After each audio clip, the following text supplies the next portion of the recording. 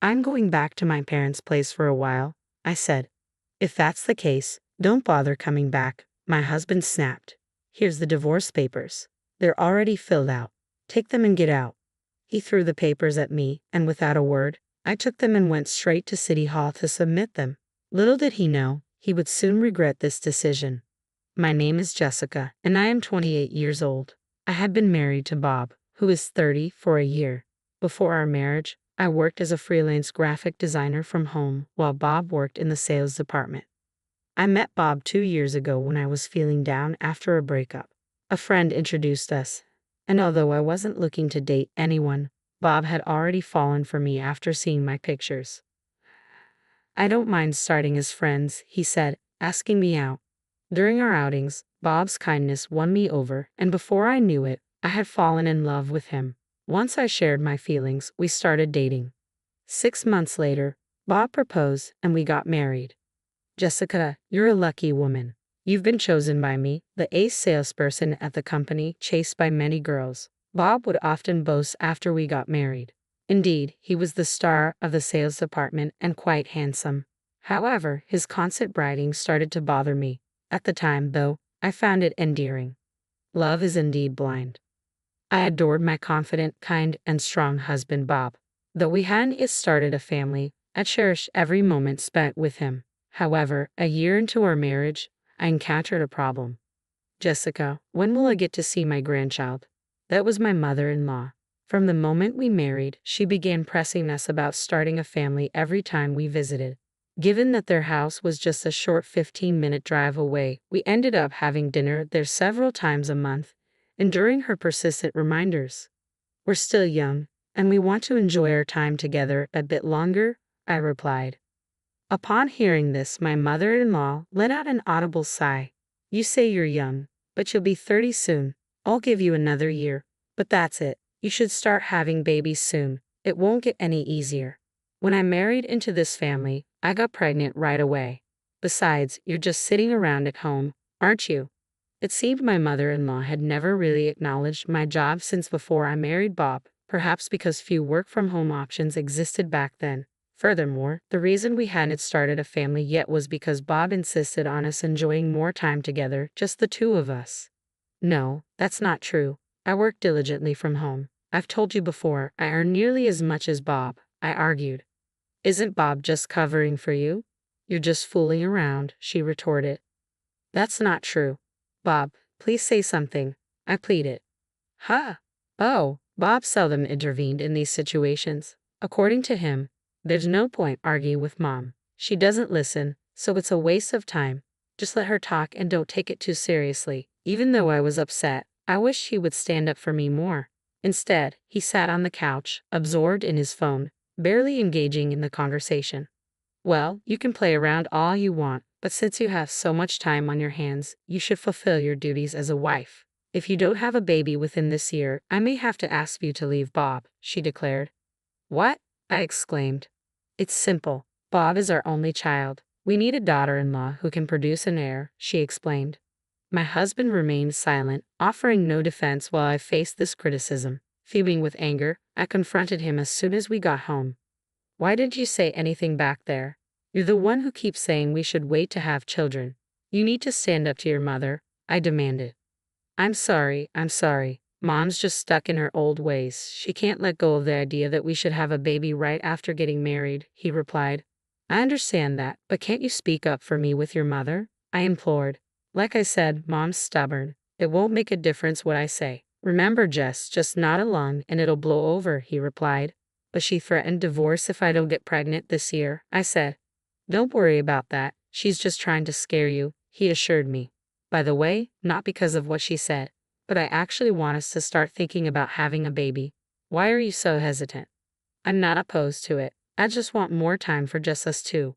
Once we have a baby, you'll be completely focused on the baby and we won't have time alone, he explained, hugging me. I found his concern endearing and hugged him back. However, despite his words at home, he never supported me when we visited his parents. After that, his mother began calling me daily to inquire if I was pregnant yet. I grew weary of this constant pressure. I had never confided in her before to avoid putting my husband in a bad light, but I had reached my breaking point. Finally, I explained to her that Bob wasn't ready for children yet, but she brushed it off. That's because you're making Bob say that. He would never say such a thing, she insisted. That's not true. Bob is the one who wants to wait. I want a baby too, I asserted. Oh really, Bob, is that true? She turned to him. No, that's not exactly it. I mean, I do think we should enjoy just the two of us a bit longer, and Jessica is okay with that. He stumbled through his response. I was stunned by his words. While I agreed with Bob's desire to wait, his response made it sound like I had misled his mother about wanting a baby. As expected, his mother shot me a disapproving look after hearing his wavering answer. You see, even Jessica agrees with me. Now, please hurry up and have a baby. Don't keep us waiting, she insisted. In the end, I was the one who took the blame. When I confronted Bob at home about how he had spoken to me, he simply said, I'll handle it better next time, but never brought it up again. Lately, I've been feeling increasingly anxious, wondering why I had to endure such treatment. There was a reason behind Bob's reluctance to have children, though.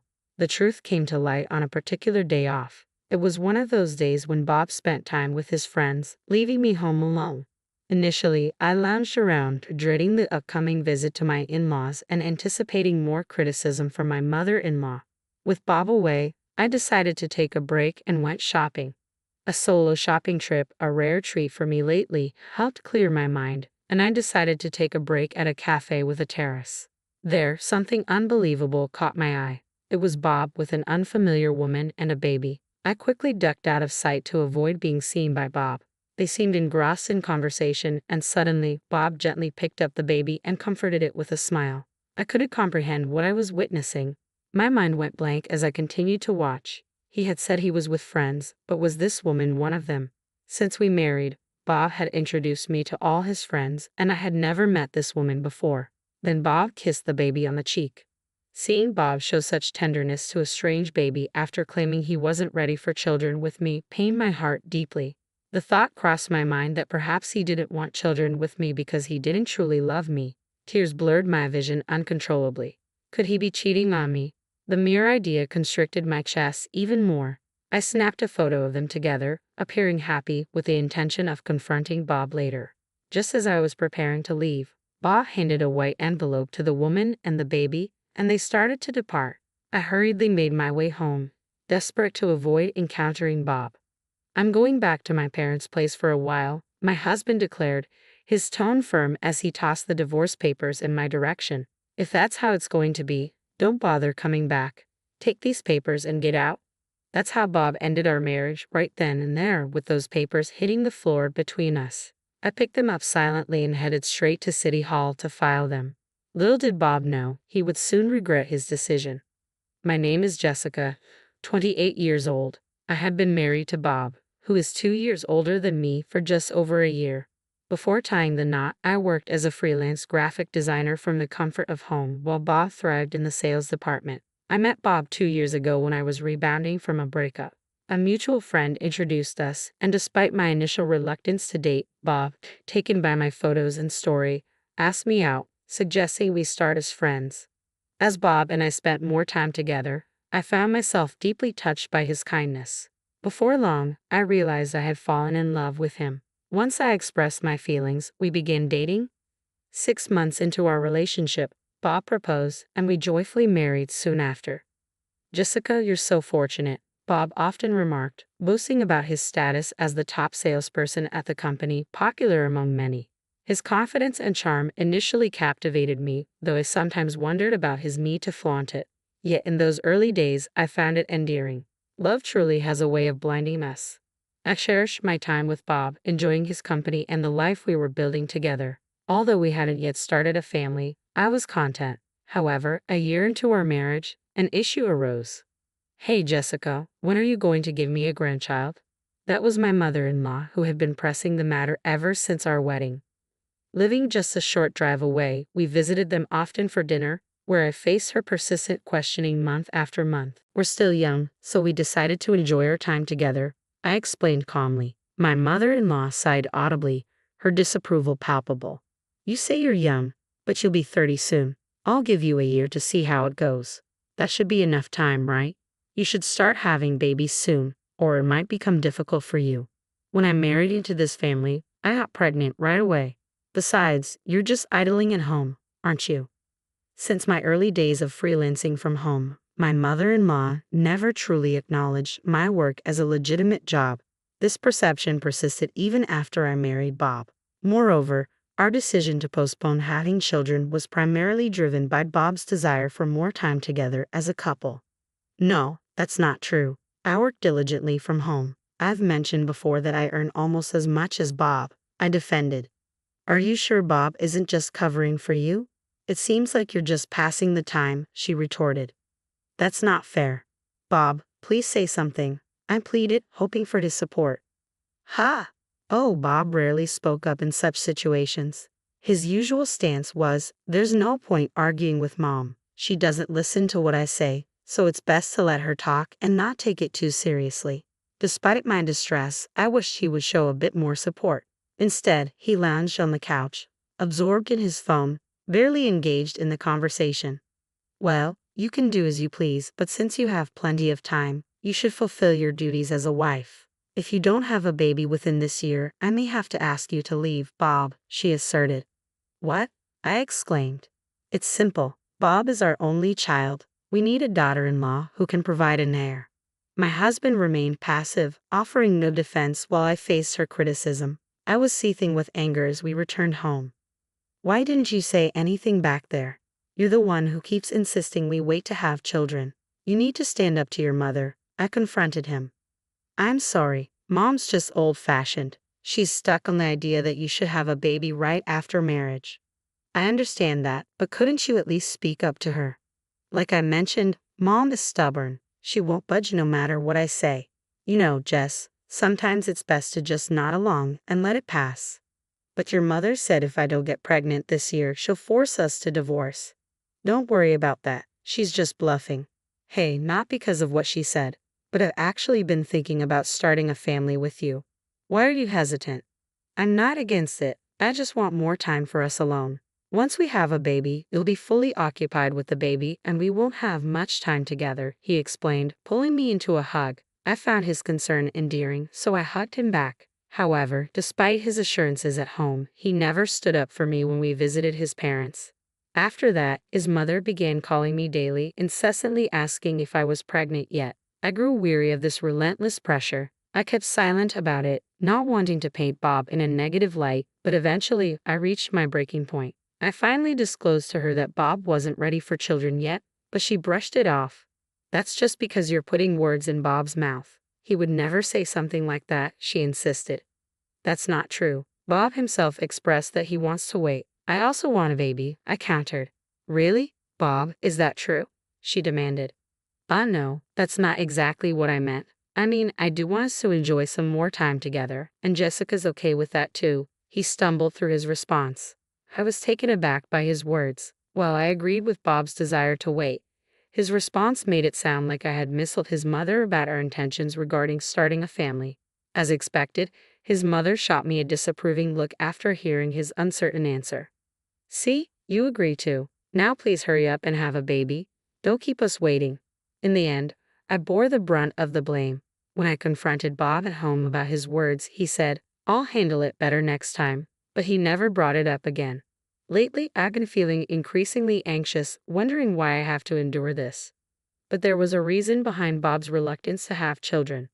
The truth came to light on a particular day off. I was home alone as Bob had his monthly outing with friends. Initially lounging at home, I had planned to visit my in-laws later in the evening, already dreading the inevitable nagging from my mother-in-law. With Bob absent, I took the opportunity to clear my mind with a solo shopping trip. Afterward, I decided to relax at a cafe with a terrace. It was there that I witnessed something unbelievable. Bob was seated with an unfamiliar woman and a baby. I quickly hid to avoid being seen. They appeared to be engaged in a pleasant conversation, and suddenly, Bob gently comforted the baby with a smile. I couldn't comprehend what was unfolding before me. My mind went blank as I continued to watch. Bob had claimed he was out with friends, but who was this woman? He had introduced me to all his friends since we married, and I had never met her. Then, to my surprise, Bob kissed the baby on the cheek.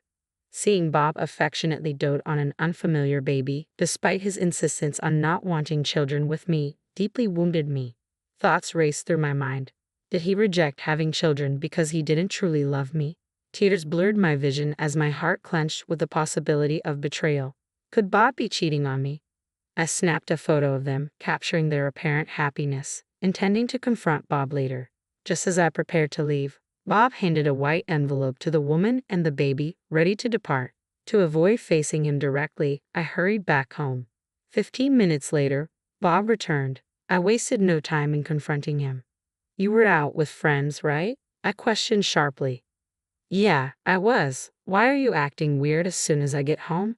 Bob replied defensively. Is this woman also a friend? I thrust the photo in front of him. Bob's expression paled instantly. How did you get this photo? He stammered, clearly caught off guard. I happened to come across you guys when I was out. Can you explain what's going on? Are you cheating? I demanded, my voice trembling with a mix of disbelief and anger. No, I'm not cheating, Bob quickly replied. Then what is it? And why did you give her a white envelope at the end? What's that all about? I pressed on, needing answers to make sense of the scene I had witnessed. Bob hesitated, his guilt evident in his expression as he began to explain reluctantly. Well, I meant to tell you eventually, but you know I was quite popular before I met you. I had a few flings and one of those women got pregnant. I was stunned into silence by Bob's revelation. This was the first time I was hearing this story, and it shattered my understanding of our relationship. I had been unaware of this situation even after we married. Apparently, by the time I found out, she was already 7 months pregnant, and it was too late for her to consider an abortion. I regretted ignoring her calls all this time. She didn't want to marry me, she just wanted me to acknowledge our child. Out of concern for the child growing up without a father, I agreed to acknowledge our child. We agreed that I would visit once a month. She's also struggling financially, so I've been helping her out with money. My world turned hazy as my husband's words sank in, and I sank to my knees. Jessica, are you all right? Bob rushed to my side, but I recoiled from his touch. Just hold on, something doesn't add up here. She was 7 months pregnant around the time we got married. Does that mean you were involved with her while we were dating? I demanded, my voice trembling with disbelief and hurt. I already told you, it's not like that. I cut things off completely once I started dating you, Bob insisted. But we were already seeing each other, weren't we? I countered. We were, but we hadn't officially committed yet. Exactly. I can't wrap my head around this. You were pursuing a relationship with me, yet you were involved with someone else, I exclaimed, struggling to process the betrayal. Jessica, I wasn't certain about us at that point. I felt like I didn't have a choice, okay? I never expected her to get pregnant, Bob explained, his voice pleading. But you were still putting yourself in situations where she could get pregnant, weren't you? I pressed, tears welling in my eyes. Well, my husband suddenly faltered. I couldn't believe the irresponsibility my husband was showing. It infuriated me even more that he had kept silent about this for an entire year after our marriage. Could it be? Did you refuse to have a child with me because you already had one? I asked, my voice shaking with a mixture of disbelief and anger.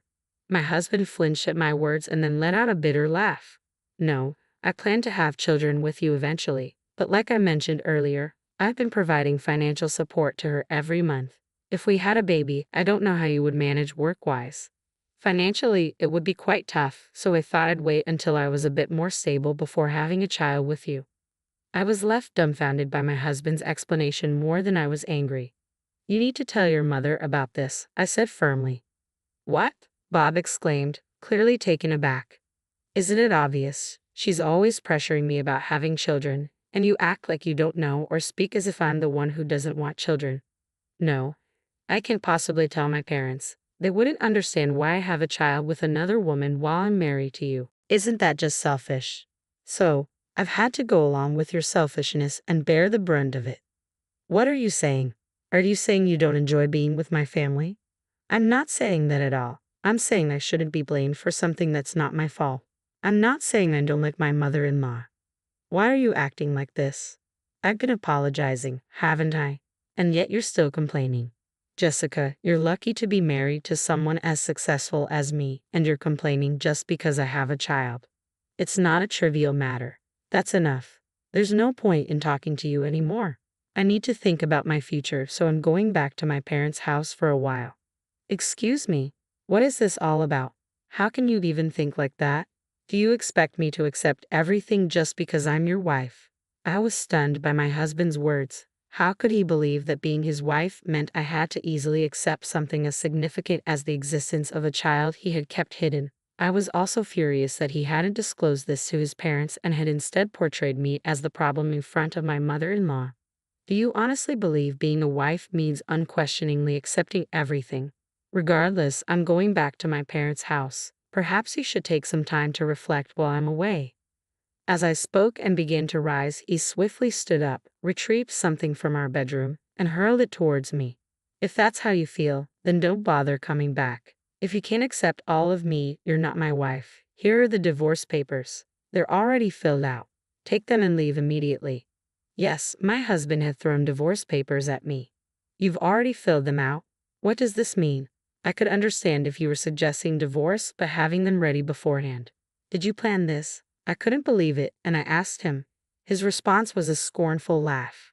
You never know what life will throw at you, so it's best to be prepared for anything, right? I mean, I liked your face, but if you can't accept all of me, then I don't need you anymore. Fortunately, there are plenty of women who want to marry a guy like me. I just need to choose a good one from among them. In other words, I have plenty of options for a wife. His words ignited a fire within me. I needed time to process everything, especially the bombshell about his hidden child, yet here he was implying I was replaceable. It was infuriating beyond belief. Gripping the divorce papers tightly, I shot him a glare. I never imagined you could stoop so low. Fine, I'll grant your wish and divorce you. I'll pack my things when you're not around. We probably won't see each other again. Goodbye. With that, I stormed out of the house, swiftly filled out the divorce papers, and submitted them to City Hall. But simply divorcing him wasn't enough. Once back at my parents' house, I recounted everything to my father. The following day, I took a day off work to gather my belongings. Though I mourned the shattered dreams of a happy marriage, I also felt relieved to have severed ties before investing more years with such a man. Wiping away my tears, I resolved to move forward. Just as I finished packing and the delivery service arrived to collect my belongings, my ex-husband called. Hello, Jessica. I was wrong. Forgive me. My ex-husband's voice on the phone was filled with desperation as soon as I answered. I couldn't help but smirk. Forgive you? After everything? Weren't you the one who initiated the divorce? I merely followed through on your decision, I retorted coolly. No, that was a mistake. I regret it deeply. You haven't submitted the divorce papers yet, have you? He pleaded. Of course I did. You handed them to me yourself, I replied, incredulous. What? Please, let's get married again. I can't live without you, Jessica. I almost chuckled at his feeble attempt. It seemed my conversation with my father had left my ex-husband in a tough spot, and rightfully so. My father held a significant position at a major client of my ex-husband's company, a fact my ex seemed to have overlooked in his haste to divorce me. I took satisfaction in knowing I had caused him some discomfort. Did you lose the contract with my father's company? That's unfortunate, especially for the ace of the sales department. It will be interesting to see how you handle this situation, I remarked casually. No, that's why I want to start over with you. There are plenty of replacements for me out there, right? You should try to find one. With that, I ended the call and allowed myself a broad smile. As I later learned from my father, my ex-husband had been demoted due to his role in losing the major client's contract. It was better than being fired, but his reputation within the company had taken a significant hit. After revealing the truth about his illegitimate child to my in-laws, they initially sought to reconcile him with the child's mother. However, due to her financial situation, they declined to pursue the remarriage, prompting my ex-husband to reach out to me again. Naturally, I refused. Who would willingly return to such a toxic environment? In contrast, life after divorce had treated me well. I moved back to my parents' home, focused on my career, and recently secured a significant contract with a major client. My work was flourishing, and while I kept an open heart for the possibility of meeting someone new in the future, for now, I was content focusing on my professional success.